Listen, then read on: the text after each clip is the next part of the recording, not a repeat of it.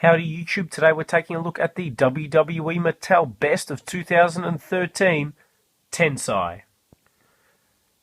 A very, very old WWE figure, which I've decided to review pretty much for the sole reason that I found him at Walmart of all places, and with the Beast in the East Japanese house show that is going to be televised on the WWE Network, I thought what better time than now to review one of, I guess, the Ruthless Aggression era equivalent of Ryback, and that was, of course, Albert, later known as A-Train, who then got repackaged as Tensai.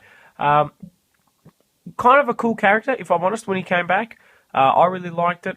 I think it was stupid how they tried to make him into a completely new character rather than just having it as A-Train. And then he teamed up with Funkasaurus and just ended up being a massive mess. But he was really cool. Got a win over John Cena. Really physically imposing. Awesome finisher. Always loved A-Train. In particular when he had his feud with Big Show and Undertaker. That was pretty awesome. But yeah, really awesome figure. Lots of tattoos and detail on this guy. So let's get him opened up and hopefully give you guys a cool review. Just taking a look at the packaging, we see a nice shot of Tensai on the top right. When he first debuted, obviously he had like a Japanese handler and he came out in all the Japanese sumo type gear. And then eventually they ended up dropping that. And he sort of turned from being like a real dominant force. Brock Lesnar came back in 2012. Then he left after Extreme Rules losing to Cena, which was a stupid mistake that turned me off wrestling, at least temporarily for a good 12 months. But then they sort of built Tensai up only for him to basically just turn into a big letdown. So that was a shame, but still, let's get this guy opened up. Taking a look at the back of the packaging, nice shot of Tensai again. Other figures in the set, of course, Undertaker, Brock Lesnar, Randy Orton, Rey Mysterio, and Caitlyn. And I do have the Brock Lesnar right here, which I will review for you guys because it's a pretty sick figure. But let's get Tensai opened up. And here we have Tensai opened up and out of packaging. And honestly, he's actually one of my favorite basic Mattel figures. Don't ask me why. There's just something about him that's really, really cool. There is a heap of detail on this guy. I'll bring it forward so you guys can take a look at Tensai's face. You see all the Japanese characters and everything there. It's pretty intense tattoos for the character. And then I think the worst part for me, that was the beginning of the end that really turned me off, was when he said that it's supposed to be some warrior thing, but then it was probably just a sushi menu or something. That kind of annoyed me a bit, and was the beginning of the end, along with the Funkasaurus, that poor guy. That's probably the worst gimmick I can think of, the Funkasaurus. But yeah, moving across, really nice detail on the arms. Reminds me a bit of Tyson Tomko, the tattoos there. And then check this out on the back. That's really nice as well.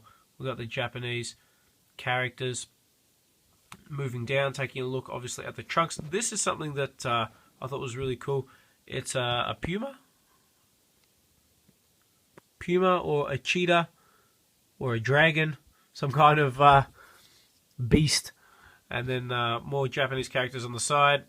And then, obviously, his attire. I'm not sure how much of this is actually Albert or A-Train's tattoos and how much of it is like just fake stuff. That rubs off a little bit like what Samoa Joe in TNA had with the face paint and so forth. Same with Umaga. So honestly, I think it's really, really cool. Definitely a very unique figure, that's for sure. So in terms of articulation, A-Train has the standard, which is a basic ball-jointed head, ball-jointed arms, swivel in the bicep, bend at the elbow, standard wrist articulation, swivel waist, swivel legs, bend at the knee, swivel in the boot, and then your standard ankle articulation as well. So decent range.